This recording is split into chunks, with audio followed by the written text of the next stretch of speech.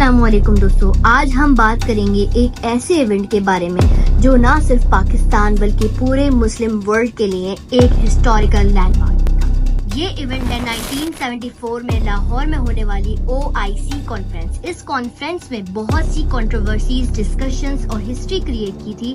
सुनने में थोड़ा अजीब लगेगा, लेकिन इस समिट के बाद सारे मेंबर्स जो इस समिट में शामिल थे एक एक करके सब अननेचुरल डेथ का शिकार हो गए।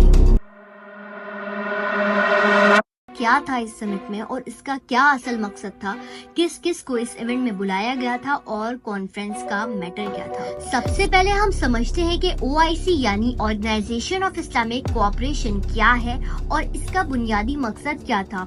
OIC की बुनियाद 1969 में रखी गई थी जब मस्जिद अक्सा पर अटैक हुआ था।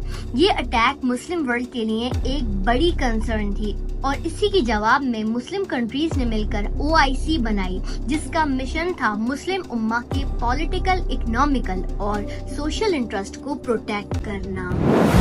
पहला कॉन्फ्रेंस मोरक्को में हुआ जिसमें 24 मुस्लिम कंट्रीज ने हिस्सा लिया, लेकिन धीरे धीरे ये ऑर्गेनाइजेशन बढ़ती गई और 1974 तक जब लाहौर में कॉन्फ्रेंस हुई, OIC एक मेजर प्लेटफॉर्म बन चुका था जहां मुस्लिम वर्ल्ड अपने इश्यूज को डिस्कस और रिजॉल्व करने के लिए इकट्ठा होते थे।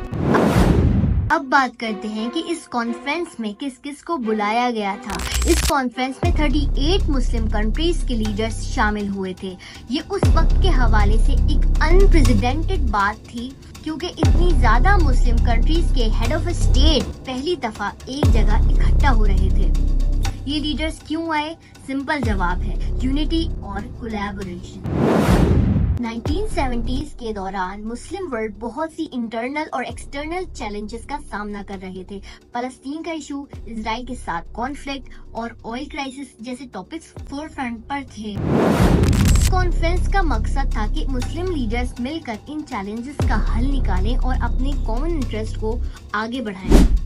और एक और इंटरेस्टिंग चीज ये थी कि इस कॉन्फ्रेंस में कि कई नॉन मुस्लिम कंट्रीज के ऑब्जर्वर्स भी शामिल हुए थे इस कॉन्फ्रेंस में, जिसमें मेजर पावर जैसे USA और USSR भी शामिल थे। ये दिखाता है कि इस कॉन्फ्रेंस की ग्लोबल इम्पोर्टेंस क्या थी और दुनिया किस तरह से इसे क्लोजली देख रही थी।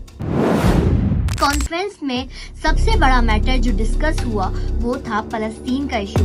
फलस्तीन और इजराइल के कॉन्फ्लिक्ट उस वक्त अपने पीक पर थे और मुस्लिम वर्ल्ड इस मसले का कोई सस्टेनेबल हल चाह रहा था। इस कॉन्फ्रेंस में फलस्तीन लिबरेशन ऑर्गेनाइजेशन यानी PLO को ऑफिशियली प्रेजेंटेड किया गया था और ये डिक्लेयर किया गया था कि PLO ही फलस्तीन के लोगों का लेजिटिमेट रिप्रेजेंटेटिव है। दूसरा मेजर इशू ये डिस्कस हुआ वो ये था कि मुस्लिम कंट्रीज की इकोनॉमिक कोऑपरेशन। जुल्फिकार अली भुट्टो जो उस वक्त पाकिस्तान के प्राइम मिनिस्टर थे, उन्होंने इस प्लेटफॉर्म को यूज करके इस्लामिक कंट्रीज के दरमियान इकोनॉमिक टाइज को मजबूत बनाने की बात की थी। इस सिलसिले में इस्लामिक डेवलपमेंट बैंक का प्रपोजल रखा गया जो बाद में इस्टेब्लिश भी हुआ।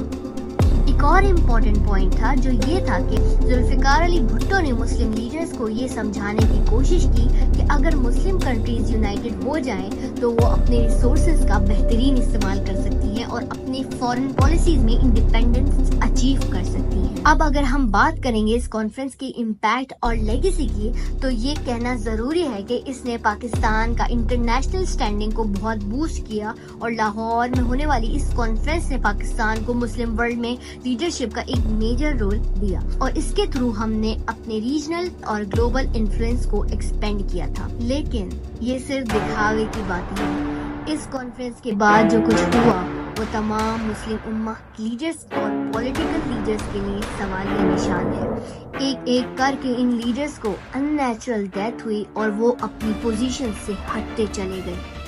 सबसे पहले सऊदी किंग फैसल को 1975 में उनके अपने ही भतीजे ने कत्ल कर दिया। शेख मुजीबुर रहमान 1975 में अपने ही आर्मी ऑफिसर के हाथों मार दिए गए। जुल्फिकार अली भुट्टो जो इस कॉन्फ्रेंस के चेयरमैन थे, उन्हें 1979 में फांसी दी गई। अंवर अल सादत 1981 में एक मिलिट्री परेड के दौरान असैसिनेट हुए।